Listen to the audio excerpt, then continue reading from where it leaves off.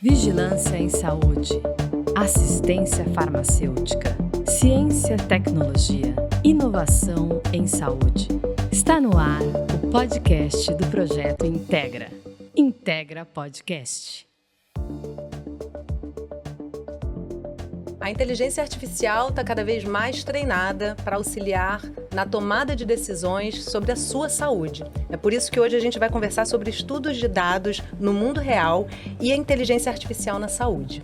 Meu nome é Yasmine Saboia, eu sou jornalista, sanitarista e mestranda em comunicação e saúde e apresentadora desse podcast. Eu sou uma mulher branca, cis, tenho cabelos até um pouco abaixo dos ombros, pintados de dourado, estou vestindo um blazer branco e já vou convidar aqui a nossa debatedora, Silvana Nair Leite, representante do Instituto Escola Nacional de Farmacêuticos, professora da Universidade Federal de Santa Catarina e coordenadora do Programa de Pós-Graduação em Assistência Farmacêutica. Silvana, sempre minha parceira aqui nos episódios do Integra Podcast. Sem você, não sou ninguém, porque traz várias contribuições. Aí eu já vou começar abusando, pedindo para você trazer a importância da gente falar desse assunto nesse episódio de hoje e de onde é que veio essa vontade da gente dialogar sobre isso. Bom, essa temática nós decidimos trazer para essa temporada do Integra Podcast porque é uma temática que está preocupando muito aos profissionais de saúde, aos tomadores de decisão e também a população em geral. Como que nós vamos utilizar essa quantidade de dados? Quais são os dados disponíveis? E como que a inteligência artificial pode ajudar, ou não, né, no processo de tomada de decisão, tanto para as pessoas individualmente, mas também, e talvez especialmente, para os gestores, para quem tem que tomar decisões na área da saúde. Bom, eu sou Silvana, como a Yasmin já apresentou. Eu sou uma mulher branca, de cabelo curto, branco, e estou vestindo uma roupa bege com uma estampinha marrom aqui. E é um prazer estar neste episódio com essa temática super atual e importante. E aí vamos trazer nossos convidados, né? A gente tem 2 convidados hoje, Rafaela Fortin, que é pesquisadora do Instituto René Rachot da Fiocruz, Minas Gerais. Falei direitinho o nome do instituto? Sempre me confundo na hora de falar. Tá certinho, René Rachot.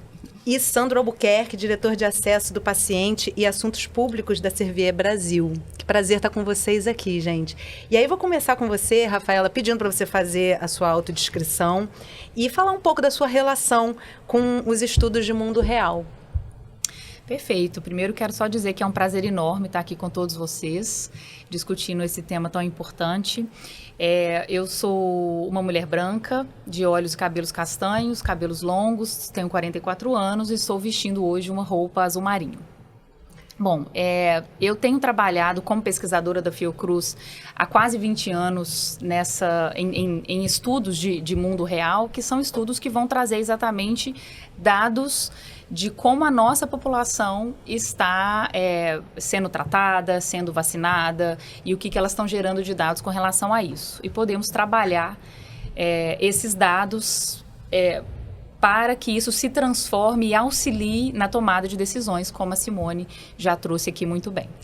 E aí, Sandro, eu estou imaginando que essa pauta com a qual a Rafaela trabalha dialoga diretamente com o que você vai trazer para a gente. Você iniciou seus trabalhos com inteligência artificial em 2019, me confirma se eu estiver correta. Eu queria que você trouxesse um pouquinho dessa sua relação, dessa sua história com os estudos na inteligência artificial e fazendo a sua autodescrição também para quem está em casa te ouvindo. Perfeito. Bem, primeiro, antes de mais nada, obrigado pelo convite. É uma honra estar aqui e poder falar para todos vocês que estão nos ouvindo.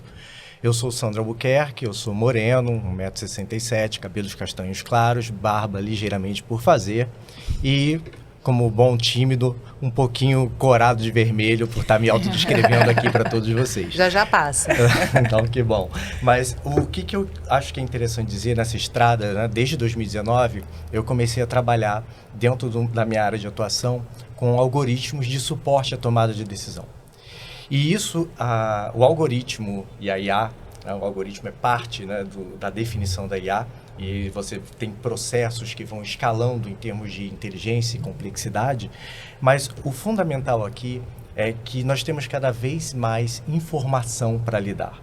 E informação complexa, com diferentes processos, diferentes correlações, e, ao mesmo tempo, nosso cérebro não foi feito para lidar com tanta informação ao mesmo tempo.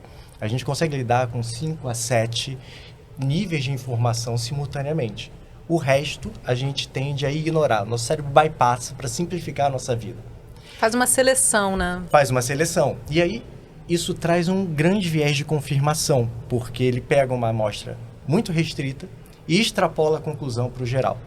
Em 2019, o que aconteceu? Eu estava lendo o livro Misbehaving, do Richard Thaler, discípulo do Daniel Kahneman, e um dos meus inspiradores para o desenvolvimento de algoritmos, porque misbehaving não quer dizer, na tradução, mau comportamento, mas sim comportamento inconsistente. Nós, de acordo com o dia, né, se meu time de futebol perdeu, né, no dia anterior, ou tivemos uma discussão familiar, isso, quer a gente queira, quer não, impacta de um modo que nós não conseguimos precisar ou perceber o nosso processo de tomada de decisão. Essa inconsistência é um ponto onde a IA pode entrar como uma ferramenta de suporte. Então, eu comecei a desenvolver algoritmos para dar suporte à tomada de decisão na minha área de atuação, no meu trabalho, para diminuir essas inconsistências. Esses processos foram evoluindo e depois com o Offspring, né, do ChatGPT, da IA generativa, esses modelos de algoritmos foram sendo desenvolvidos, comecei a convertê-los para modelos de LLM generativa, com foco na construção de times de agentes. E utilizando isso sempre como, esse é um ponto bem importante que a Silvana citou no início, e você também, Yasmin, como ferramenta de suporte à tomada de decisão, não como substituto. Principalmente quando a gente está falando de saúde. Sim. Porque, como eu tive a oportunidade de ter essa discussão uma vez, a IA ela vai sempre enxergar o dado muito melhor do que a gente, mas ela não enxerga o paciente. Isso quem enxerga é o profissional de saúde. E ela não se alimenta sozinha, né? Não. Ela precisa do ser humano, né? E aí, queria que você explicasse um pouquinho, Rafaela, o que são os estudos de mundo real e como é que eles vão contribuir com tudo isso que o Sandro está trazendo para a gente. Os estudos de mundo real, eles vão trabalhar, né, com o monitoramento de pacientes, de participantes desse estudo, com um foco específico na identificação de, seja um medicamento, seja uma terapia específica, um serviço de saúde, uma vacina ou um método diagnóstico, onde a gente precisa entender como que essa tecnologia em saúde está sendo utilizada e como essas pessoas no Brasil estão respondendo a essa tecnologia. Por que esses estudos são importantes? Porque eles vão complementar aqueles estudos que já foram feitos antes do registro dessa tecnologia. Então, no momento em que uma nova tecnologia está pronta para uso, há todo um processo regulatório. Para que esse processo regulatório aconteça, nós temos todas as fases de estudos clínicos, fase 1, fase 2, fase 3, que vão dizer sobre a segurança, sobre a efetividade daquela tecnologia. Só que numa população controlada. Numa população controlada, exatamente. Então, é um estudo randomizado. Né? Faz toda a diferença, né? Essa pequena pontuação, né? Isso, mas naquele momento, a população ser dividida ali em subgrupos é importante porque são respostas específicas de benefício e risco que precisam ser trazidas. Então, face o processo regulatório, esses produtos passam a ser, então, utilizados, implementados aí na saúde. No serviço de saúde.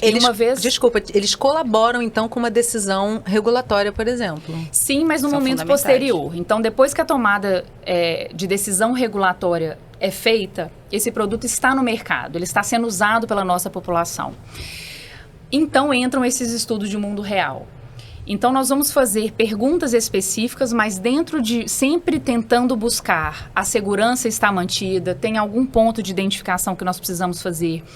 O benefício da mesma forma, o medicamento, a vacina, eles são eficazes para aquele fim.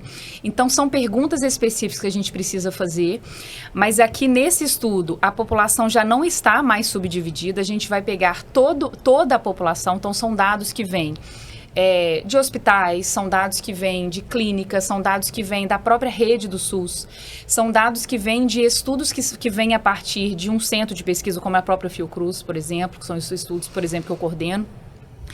E ao receber esses dados, nós precisamos, e isso é importante de ser falado, nós precisamos transformar esses dados em evidências. Qual que é a diferença de dados e evidências de mundo real? Os dados são esses dados que vêm. Então, a resposta é dessa forma para aquela faixa etária, para o sexo feminino, e aí a gente vai tendo essas divisões, mas são dados que não dizem muito, eles estão soltos ainda, eles não estão trabalhados. Quando a gente precisa pegar esses dados com perguntas específicas, e esses dados vão, então, gerar evidências. Nós vamos trabalhar com a estatística, com a ética, com a inteligência artificial, que hoje a gente não fica sem ela nessas avaliações, e aí a gente tem evidências. Ou seja, perguntas específicas, a gente tem uma resposta específica.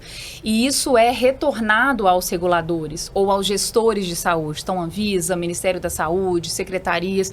Então, isso é retornado a eles. Porque, a partir disso, a gente tem um entendimento. Essas evidências geradas desses estudos, elas estão similares, né, àquelas que foram vistas nos estudos randomizados pré-registro? Sim ou não? E quais são os pontos de atenção?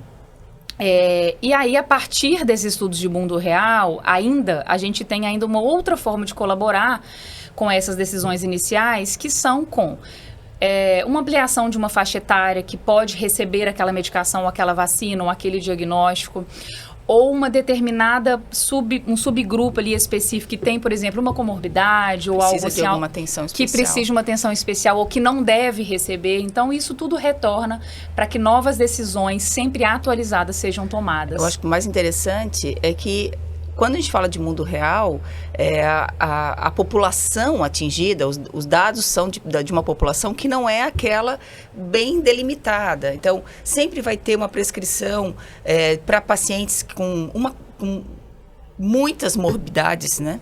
Ou com condições muito adversas, ou em situações que não são previstas nos ensaios clínicos, que nunca vão estar. É o tipo de população que nunca vai estar no ensaio clínico. A população real. Né? De fato, é a população real. A população real, ela não é a do ensaio clínico, né? Que é muito mais bem escolhida, né? Uma população escolhida. Então, essa é a riqueza, né? De a gente trazer assim, sim, aquilo que foi colocado lá no ensaio clínico super controlado, quando a gente coloca aqui no dia a dia, vai se repetir? Estou imaginando que a pandemia deve ter sido um grande laboratório nesse sentido, né? Assim, laboratório acho que é um termo meio ruim, né? Por conta de toda a polêmica que na época se instaurou de forma muito negativa. Mas, de fato, uma emergência sanitária coloca esses estudos do mundo real totalmente à frente dessa busca por informações de forma ágil, né? Sem dúvida, a pandemia foi disruptiva, né, nesse aspecto. Porque, inclusive, um exemplo prático. Quando as vacinas foram aprovadas no Brasil em janeiro de 2021... e começaram a ser utilizadas, obviamente tinham os dados, os estudos foram muito bem trabalhados e os dados existiam para aquela decisão ser tomada com propriedade, com segurança, né? E assim aconteceu. Mas a importância que veio a partir daí, desses estudos de mundo real, foi o que permitiu, por exemplo, a ampliação de faixa etária para as crianças, né? Uhum. A vacinação pediátrica, ela veio pela Anvisa a partir de dados que vinham não só do Brasil, mas de países vizinhos, quanto à população pediátrica, né, que eles já tinham, e dados como o nosso estudo da Fiocruz mesmo, que ajudou a subsidiar essa decisão para ampliação de faixa etária pediátrica, né? Senão a gente poderia ter demorado ainda mais tempo com novos estudos. E hoje a gente viu que a gente sabe que ela é segura, então, assim, a importância desses dados nessas decisões. Com certeza. E, Sandro, quando a gente conversou, pensando como é que a gente iria encaminhar esse programa, assim, você me trouxe uma coisa muito interessante, né? Que o nosso cérebro, ele não comporta análise de mais de 5 a 7 variáveis, não foi isso que você me falou? As evidências apontam para isso, né? E qual o desafio aqui que a Rafaela com a Silvana estavam discutindo? A gente tem um volume de dados cada vez maior e crescente, de diferentes origens, né, dados internacionais, dados nacionais, e uma necessidade de processar essas informações rapidamente, sem carregar nenhum viés por exclusão de uma faixa de dados ou pelo aquele viés onde a gente quer encontrar o que a gente já definiu a priori que nós queremos enxergar naquele conjunto de dados, aquele grande viés de confirmação. Uhum. Eu gosto da frase, né? Narciso acha feio o que não é espelho. E quando você utiliza a IA, você ganha o processamento, ele é extremamente mais rápido, de um modo que o ser humano não vai conseguir acompanhar. Ele, ao mesmo tempo, ele vai pegar todo o conjunto de dados, todo o espectro de dados de todas as fontes e não se limitar, ainda que pegue o todo, a tomar uma decisão baseada numa amostra seletiva e que nem sempre estaremos conscientes de que estaremos fazendo essa seleção. E ele vai aprimorar esse processo analítico. Isso não quer dizer que a IA é uma bala de prata, pelo contrário, mas ela tem um potencial de melhorar o processo de tomada de decisão humana. Porque, ainda que a IA possa fazer tudo isso, quem vive no mundo real, estamos falando de estudos de dados reais, é o ser humano. A IA ela não para fazer um pensamento crítico, ela define uma lógica, ela define um racional e ela segue a análise por aquela. E estará correta. Só que na área de saúde, quase nada é preto e branco. Então, a experiência do profissional de saúde em pegar os dados analisados pela IA, que vão chegar na mão dele, com um processamento muito melhor do que ele seria capaz de fazer num tempo muito mais curto. E ele ter maior possibilidade, maior potencial de uma tomada de decisão mais assertiva, seja como gestor de saúde, seja na linha de frente do tratamento daquele paciente, é um instrumental muito positivo para ter um reflexo na vida das pessoas, no viver bem e viver melhor por mais tempo. Talvez, eu acho que uma possibilidade de uso muito produtivo, muito importante para a área da saúde, é quando a gente, há muito tempo, né, sabe que a saúde ela é multifatorial, super dependente de contexto, de condições sociais e tudo isso, e que muitas vezes os estudos epidemiológicos são muito limitados, tradicionalmente, não é? A gente tem uma limitação, porque a gente escolhe os dados e aqueles dados mais... que a gente já tem previamente uma informação de que esse fator pode influenciar o resultado. Eu acredito muito na potencialidade que, com a utilização de inteligência artificial, de métodos mais complexos, você pode usar maior complexidade de informações para gerar novo conhecimento, não é? Que ultrapassa o conhecimento gerado por estudos epidemiológicos tradicionais. Então, acho que o que mais me interessa, talvez, disso tudo é como que a gente vai poder, a partir dos estudos que são feitos hoje, utilizando essas tecnologias, essas possibilidades, ampliar o nosso campo de visão sobre a saúde, não é? Então, por exemplo, nós que somos farmacêuticos, desculpa aí, Yasmine, mas estamos aqui... Não, mas eu sou encantada pela farmacêutica. Entre três farmacêuticos. Por exemplo, sobre a utilização de um medicamento, né, a utilidade de uma determinada terapia, além dos resultados mais conhecidos, esperados, para além disso, ou dos fatores que influenciam sobre uma terapia, além do próprio uso do medicamento, quanto de informação mais complexa nós vamos poder enxergar a partir dessas análises, né? Porque eu acho que, de fato, o que mais é intrigante na área da saúde é que é a questão da multifatorialidade, como a gente pode trabalhar com isso tudo ao mesmo tempo, né? Então, nenhum paciente é igual ao outro. Exatamente. Não é? Então, acho que daí a importância da gente, né, que o Sandro traz muito, olha, a inteligência artificial ou todas as tecnologias que a gente tem disponível, elas nunca vão ter o mesmo raciocínio crítico que o próprio profissional de saúde tem que ter, né? As pessoas têm. Então, mas elas podem informar com uma quantidade de dados e de possíveis fatores intervenientes naquele processo terapêutico que podem colaborar para nós começarmos a compreender melhor o nosso próprio objeto, que é a saúde. E a gente tem uma vantagem muito grande, né? Nós temos duas características ímpares em termos do mundo. Primeiro, o Brasil é um dos maiores países do mundo. Então, nós temos uma grande população. Segundo, nós temos o SUS. E o SUS, ele traz a possibilidade de congregar um conjunto de dados com uma heterogeneidade altamente representativa da nossa variação social. E isso é um volume de dados muito grande.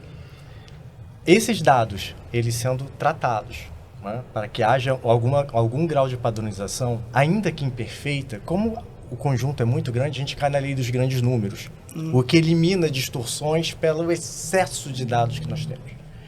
Ao mesmo tempo, para a IA, convertendo isso em base de dados, né, tratados para análise da IA, você pode processar informações, identificar padrões e correlações de tratamento populacional que as condições estavam dadas, mas simplesmente não estávamos olhando para aquilo porque não sabíamos que aquilo era possível. Isso é fonte de informação, seja na hora de você identificar potenciais tratamentos com uma maior eficácia para a população, seja na hora de você identificar combinações entre tratamentos existentes que podem beneficiar o manejo de saúde naquela condição, e isso ser um celeiro para a inovação. Nós temos a Rafaela da Fiocruz, estamos aqui num ambiente, né, que tem essa efervescência que a Fiocruz representa da inovação e da saúde no Brasil, que pode usar isso para desenvolver novos tratamentos, através de inovações incrementais. Nem toda inovação depende de uma molécula inédita. Exatamente. Muitas vezes você combinar e por identificar padrões que não estávamos procurando entre tratamentos que têm uma sinergia, ainda mais nessa questão da comorbidade, porque o paciente, muitas vezes, ele é polimedicado. No estudo, você é obrigado a segregar e estabelecer um determinado perfil, que no mundo real não tem essa segregação, como a Silvana colocou. E isso traz uma diversidade enorme. E neste ponto, a IA pode ser uma grande alavanca para o desenvolvimento de inovação e melhores alternativas de tratamento. Tem estudos bancados com recursos do Ministério da Saúde, o próprio PROAD, que atingem uma população muito grande, 10, 15 mil pacientes, por um longo período de tempo. Isso é um celeiro de dados enorme, e para extrair o potencial dele, precisa de uma ferramenta como a IA, para dar suporte ao profissional de saúde a processar tanta informação e tantas possibilidades de um ambiente extremamente complexo. Agora eu vou colocar no campo farmacêutico uma preocupação que aparece muito. Vou perguntar para vocês sobre isso, que eu de fato tenho só dúvidas. Falando em dados de mundo real, uma coisa que tem incomodado bastante é a questão dos dados gerados na aquisição de medicamentos pelas pessoas. Você vai nas farmácias, você parece que tem que, né? Informar o teu CPF, né? Registrar tudo que você está consumindo. A gente tem, hoje, essa informação existe, né? O que cada pessoa está consumindo, quanto, os prescritores também são cada vez mais monitorados. Individualizada, né? Mas muito, me parece uma lógica também de monitoramento, né? Sim. Do prescritor, inclusive, né? Quem está prescrevendo o quê, aonde e tudo mais. Qual é a validade disso como um possível dado de mundo real? Eu estou fazendo uma pergunta que pode ser bem descabida, mas queria perguntar para você sobre isso. Na verdade, faz todo sentido. Eu acho que a gente tem que entender que isso que foi trazido até agora, desse universo enorme de dados que são gerados, são de fontes diversas, essa é uma delas, né? E é o nosso desafio hoje, no momento em que a gente pensa em trabalhar esses dados, mas é aquilo também que nos motiva. Porque a gente sabe que nós temos dados que vêm de hospitais, que vêm de farmácias, que vêm de clínicas, e aí eu estou falando de SUS, estou falando do que extrapola, né, do setor privado. E esses dados, eles vêm não só de várias fontes, mas de formas diferentes. Então, hoje, eles estão mal trabalhados, porque a gente ainda está estruturando como trabalhar esse monte de dados. Como pode ser útil, né? Porque como ele dado, como gera informação. Como ele gera informação a partir dele. Isso, né? Mas são dados importantíssimos, não só que medicamento é dispensado, mas que diagnóstico foi feito, que teste rápido para uma doença infecciosa foi comprado naquele momento, porque tudo isso é indicativo de um novo surto, de uma nova epidemia. Pode então, ser uma tudo isso de é dado monitoramento em tempo real, né? Com certeza, é nisso que nós precisamos chegar, né? Então, nós temos que saber receber esses dados, ou seja, todos os sistemas têm que ser integrados, e a gente não vai conseguir isso se o Brasil não tiver, dentro do nosso ministério, toda essa integração. Isso a gente vê que está sendo buscado desde a concepção da SEIDIG, né, da Secretaria de Saúde de Informação e Saúde Digital do Ministério da Saúde, que foi em janeiro de 2023, mas é um grande caminho, um longo caminho a se percorrer. Então, além de integrar esses sistemas, uma vez recebidos os dados, e nisso o Sandro certamente vai conseguir falar muito melhor do que eu, nós precisamos harmonizar esses dados, porque eles vêm de maneiras diferentes. Então, um exemplo simples, eu quero fazer, um dos identificadores que eu quero que a inteligência artificial trabalhe para mim é a febre, dentre vários outros, vamos pegar um. A febre pode vir como febre, condição febril, temperatura elevada corporal, entre outros termos. Então, eu preciso saber como programar, né, esse sistema ali que está trabalhando com a inteligência artificial para que esses dados venham e eu não perca nenhum. Então, eles têm que vir... E que a inteligência artificial utilize-se, né, deles para poder gerar informação e conhecimento, né? Exato. Então, a inteligência artificial não vai trabalhar sozinha. A gente não somente conhecemos os pacientes, mas a gente conhece os termos, as definições, tudo que a gente... Os pontos de observação, assim, pelo menos iniciais, para que assim seja trabalhado. E uma vez harmonizado esses dados, os padrões poderem ser gerados a partir de perguntas específicas, que também nós vamos fazer, queria sua complementação, Sandro, sobre isso, para que a gente tenha respostas bem caracterizadas, assim, bem recebidas, né? E utilizadas, com certeza, com muita eficiência na vigilância, né? Porque aí você começa a imaginar quadros como, por exemplo, a epidemia de Zika, né? O quão rápido que se pode, talvez, com uma alimentação de base de dados em tempo real ali, quão rápido consegue se trazer um monitoramento. Mas tem um ponto que eu queria deixar até como uma provocação, é o seguinte, a gente olhar além do monitoramento, além da vigilância, e o uso da IA como uma ferramenta de antecipação de tendências. Sim. Antecipação de tendências não se trata de futurologia, né? Como diria o físico austríaco Niels Bohr, acho muito difícil fazer previsões sobre qualquer coisa, especialmente sobre o futuro, né? Não temos essa capacidade. E está todo mundo prevendo uma pandemia no futuro, né? Não. Isso é um dado. Então, mas isso é baseado em probabilidade. Sim. Então, quando a gente fala em tendências, a gente fala em um jogo de probabilidades. E você tem que analisar a matriz de payoff dessa probabilidade. Não tanto se ela vai acontecer ou não, mas quais as consequências se ela acontece ou se ela deixa de acontecer. E isso te dá uma capacidade de analisar melhor o seu senso e usar um senso de priorização com um maior suporte em dados. Então, além de monitorar e da vigilância, a possibilidade de explorar tendências, desde que não caia na tentação de achar que IA vira um oráculo da época da mitologia grega. Tem que ter cuidado mesmo, porque porque tentador, é uma né? tentação, né? E a IA não tem essa faculdade, nem terá. Mas para identificar probabilidades e uma matriz de probabilidades, ela funciona muito bem. Então, aqui tem uma questão bem importante.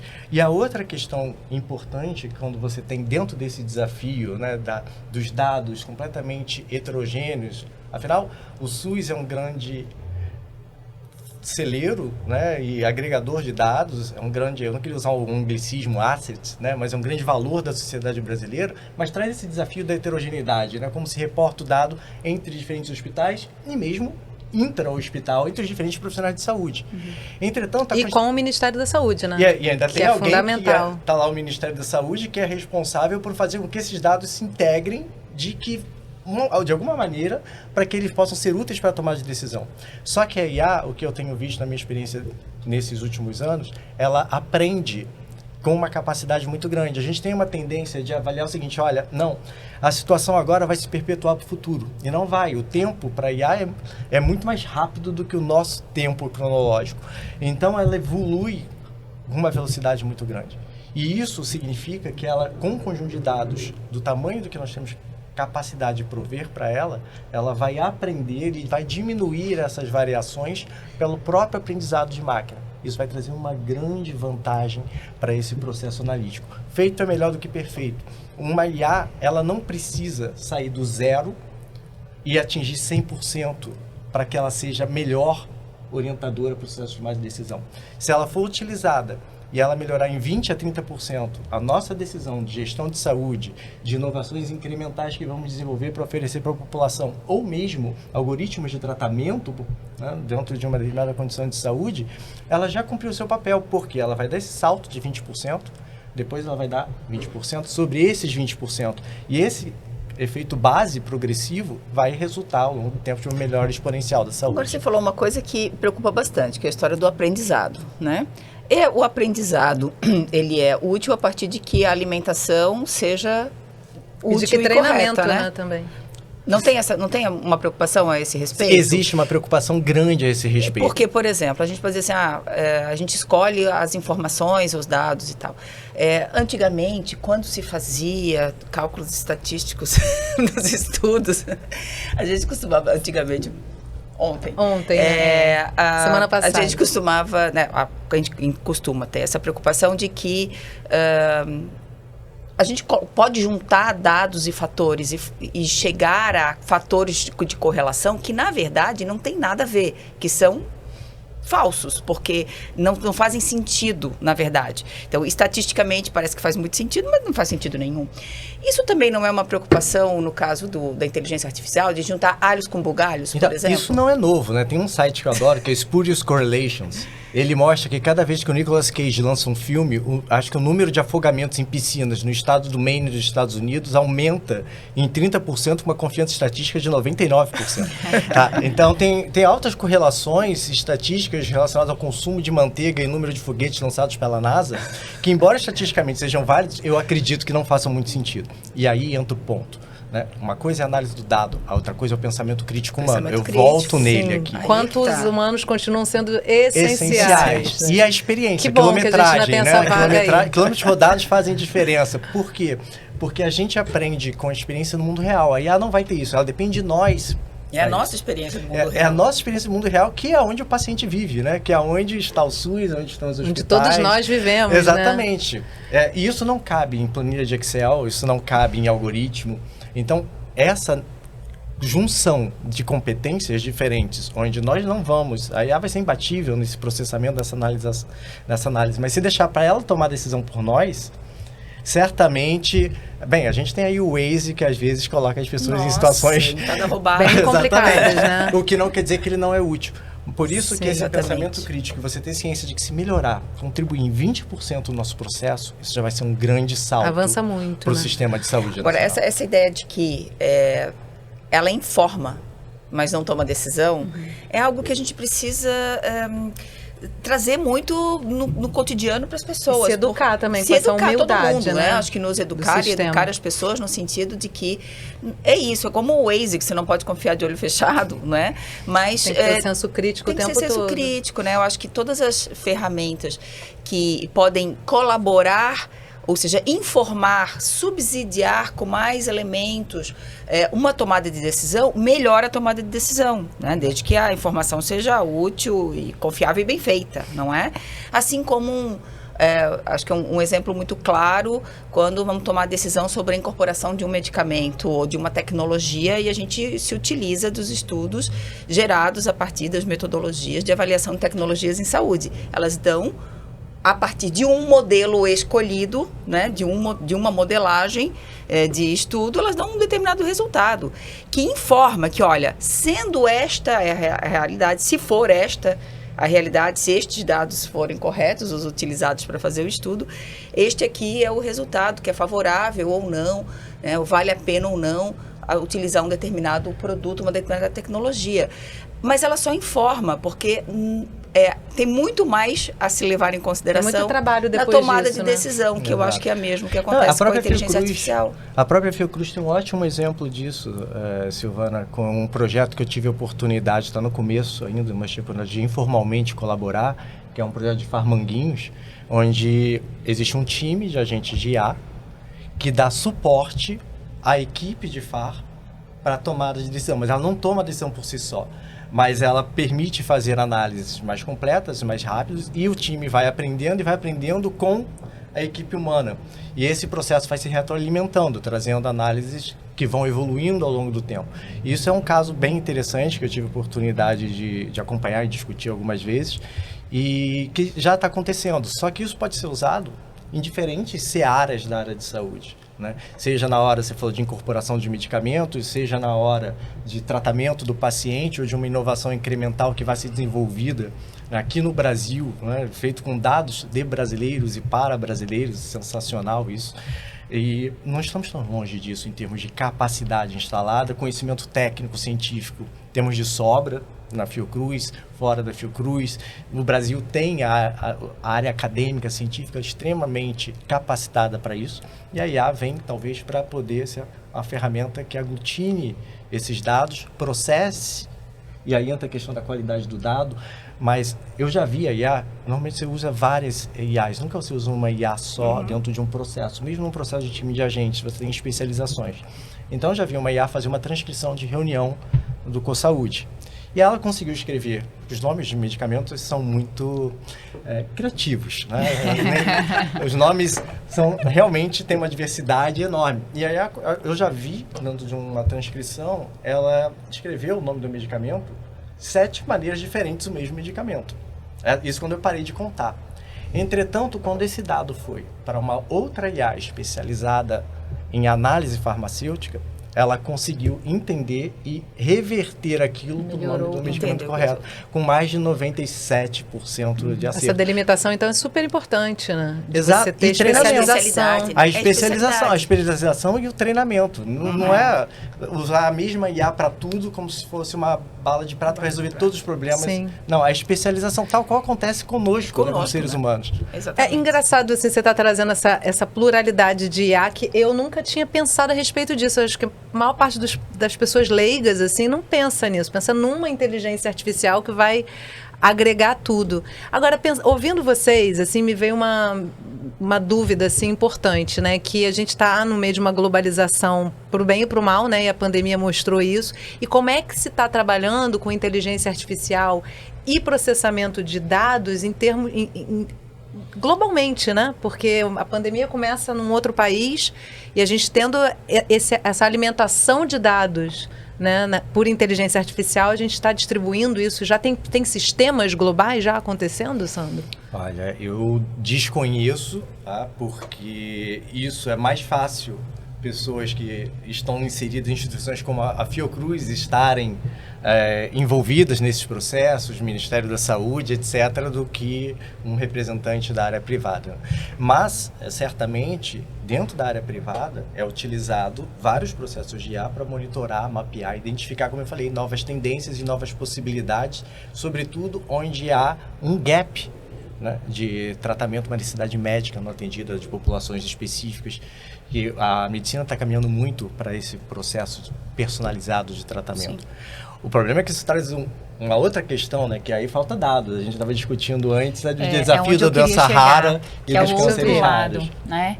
Porque, por um lado, a gente tem o desafio de receber muitos dados para determinados produtos, determinadas doenças, e a gente tem o desafio para trabalhar aquele mundo de dados, uniformizar tudo e poder gerar as respostas e evidências que a gente precisa. Por outro lado, nós temos as doenças raras, que vão exigir tratamentos específicos, geralmente medicações de alto custo, que para o Ministério da Saúde vem por processo aí, por judicialização, pelos CBVs, né, os contratos baseados em valores, e precisa se tomar uma decisão. E quais são os dados que nós temos para tomar essas decisões? Essa decisão são doenças raras. Então, nós não temos um número muito grande de pacientes que usaram aquele medicamento, por exemplo. Então, qual que é o risco e qual que é o benefício, a segurança e a efetividade desse medicamento? Então, o dado é pouco. Mas quando a gente tem um sistema integrado e quando a gente passa a trabalhar de uma maneira integrada a nível nacional, né? Nós temos as informações chegam, mais dados vão aparecer, porque a gente vai avaliar todas as regiões e até globalmente, porque essas mesmas doenças, esses mesmos medicamentos podem ter sido utilizados em outros países. Sim. E a gente também usar isso para ajudar nessa tomada de decisão. Experiência prévia também, né? Exatamente.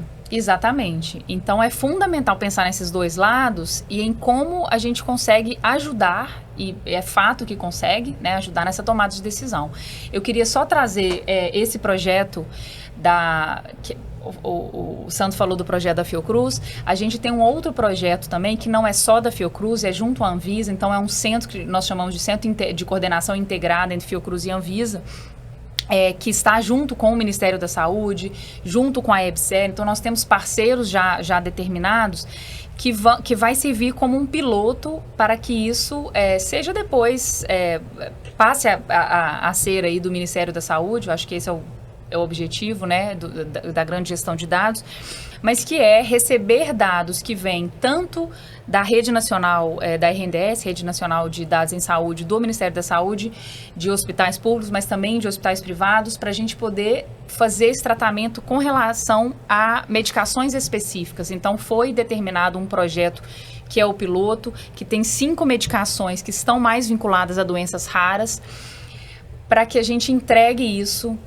em alguns meses aí ao Ministério, à própria Anvisa, para que essas tomadas de decisão, para que a gente mostre, né, como que esse sistema vai funcionar na prática e como ele vai colaborar para a tomada de decisão. Super importante, ainda mais falando em doenças raras, né, que é difícil encontrar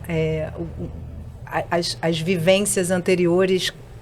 É muito mais difícil do que você pegar uma doença tratar uma doença que é comum, né?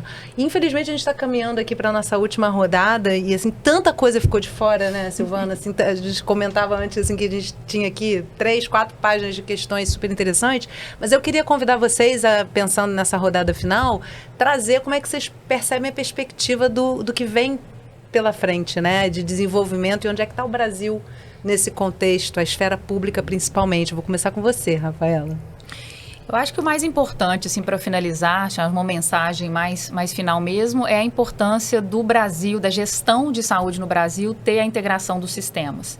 A gente sabe que tem um caminho pela frente, o primeiro passo já foi dado, não só o primeiro, acho que muitos passos já foram dados, mas a gente precisa ter essa integração, porque o objetivo é ter, em algum momento, todo o histórico de saúde de cada indivíduo, né, de cada membro da nossa sociedade, desde o nascimento, todo o percurso de vida, quando quebrou uma perna, quando tomou a medicação, qual o efeito que teve, quantas internações teve, por qual razão, qual medicação tomou, todo esse histórico de uma pessoa só não é nada, mas quando a gente junta todos esses dados da nossa população, nós temos como identificar os perfis populacionais que a gente precisa para ajudar, de fato, na tomada de decisão rápida, como a gente sabe que a gente precisa ter. Então, acho que isso é o mais importante. Já é uma realidade, né, que existe, mas a gente precisa caminhar para chegar nesse ponto ótimo. Aí vou ser obrigada. Por favor, Silvana tem toda a liberdade. E a segurança das pessoas de que toda essa informação, tudo que acontece com a vida dela, é seguro de que a gente vai ter essas informações em algum lugar e que a minha vida está sendo monitorada. Como fica isso da perspectiva das pessoas? Isso é uma preocupação. É uma preocupação. Dados de saúde, inclusive, em especial, pessoas, né? Inclusive com um valor econômico que a gente sabe que isso pode ter aí no mercado privado. Como é que está essa questão da segurança para as pessoas? Precisa os dois passos, os dois caminhos têm que ser juntos, né? Então, o respeito da LGPD precisa acontecer. Então, todos esses dados, para serem trabalhados, eles precisam estar anonimizados. Não é possível trabalhar de outra forma. Então, a primeira coisa, antes até de fazer uma harmonização dos dados, é a anonimação. Manter esses dados privados. Dos dados, para que a gente não identifique, não tem que ser identificado, né? E não é um monitoramento da vida. Eu acho que o objetivo é ter os dados, o histórico de saúde, para poder identificar os padrões mesmo. Pessoas que têm determinada comorbidade, quando usam tal medicação em determinada faixa etária, tem uma resposta que é essa. Então, é o todo. Mas faz sentido uma preocupação que aconteceu muito, por exemplo, sobre qual servidor que o sistema público vai ter, que poderia acessar, por exemplo, os dados individuais das pessoas. Faz sentido esse tipo de preocupação? Faz sentido, por isso que eu falo, tem que caminhar junto. E por isso que, no final de tudo, acho que a gente pode ter várias iniciativas, como a gente tem no Brasil, mas como essa que eu pontuei aqui, mas no final, a gestão desses dados precisa ser do Ministério da Saúde, né, do nosso governo federal, isso é muito porque sério. é o grande não pode cair na mão do setor privado. Não pode ir para o setor privado. Não pode ter relação com o setor privado. E confiabilidade absoluta no sistema, né? Um ponto aqui chave está nessa palavrinha difícil de falar, anonimização. Isso. Porque o dado do indivíduo interessa para análise e para tomada de decisão. Quem é de fato esse indivíduo? A não ser que interessa. a gente... Exatamente, não interessa tanto, né? Quer dizer, não é isso que eu vejo quando eu pesquiso um assunto e daqui a pouco começa a aparecer propagandas. Isso. Tirando essa área, que não é exatamente a área da saúde, né? A gente está falando de medicamentos, setor regulado, etc. Então, tirando esse outro lado social, se a gente ficar circunscrito a esse universo aqui, o dado do indivíduo é muito mais importante do que quem é o indivíduo em si. E aí, a anonimização junto com ferramentas de criptografia de dados, respeito às LGPDs e a constante vigilância, né? Você tem sistemas de auditoria para atestar a confiabilidade e a preservação daquele dado, porque também se aquele dado ele se anonimiza, porém ele se distorce de alguma maneira, na hora que transferiu de A para B ou fez uma vetorização de dados, houve uma perda da qualidade daquele dado, aí é pior do que não ter nenhum mapa, é você ter um mapa errado na sua mão. Tá? Mas é uma preocupação válida. Entretanto, eu acho que a gente tem 4 pontos fundamentais. Nós temos vontade. O brasileiro e o nosso país é um país que gosta de tecnologia, né? Nós temos esse, parece um perfil populacional. Nós temos o tamanho, que nos permite ter grandes dados. Nós temos a capacitação técnica, acadêmica, científica, etc. E nós temos o SUS. Então, a gente tem uma vantagem competitiva para o desenvolvimento disso, para aproveitar isso e ser um dos países que vai liderar isso. Temos todas as condições dadas à mesa. Tomara que seja. E acho que vamos caminhar por aí. Silvana, palavras finais? Nossa, acho que nem tem mais. Trouxeram tanta coisa Muita interessante, informação, né? Muita informação. E valiam mais uns 3 episódios. Aprendi muito, viu? Estou super orgulhosa, inclusive, dos nossos colegas farmacêuticos. E eu adorei as perguntas da Silvana, porque trouxeram, acho que realmente uma dúvida bem geral, além da farmacêutica e tal, mas são dúvidas minhas também, que eu teria até dificuldade de compor, porque o tema realmente é muito novo, né, para todos nós. Mas que boa essa conversa. Muito obrigada, Sandro, Rafaela, Silvana, minha parceira, sempre aqui com a gente. Essa edição do Integra Podcast termina por aqui. O Integra Podcast é produto de uma parceria da Fiocruz, do Instituto Escola Nacional dos Farmacêuticos, Conselho Nacional de Saúde, Secretaria de Ciência, Tecnologia e Inovação do Complexo Industrial da Saúde do Ministério da Saúde e conta com o apoio da OPAS Brasil e da FENAFAR. Você encontra os livros e demais produtos do Projeto Integra e ouve todos os episódios das três primeiras temporadas, né? Essa já é a quarta. No farmacêuticos.org.br/integra, no Spotify e no canal do Instituto Enfar no YouTube, @Enfar. Aproveita para seguir a gente no Instagram, em todas as redes sociais. A gente fica por aqui. Eu te espero no próximo episódio. Até lá!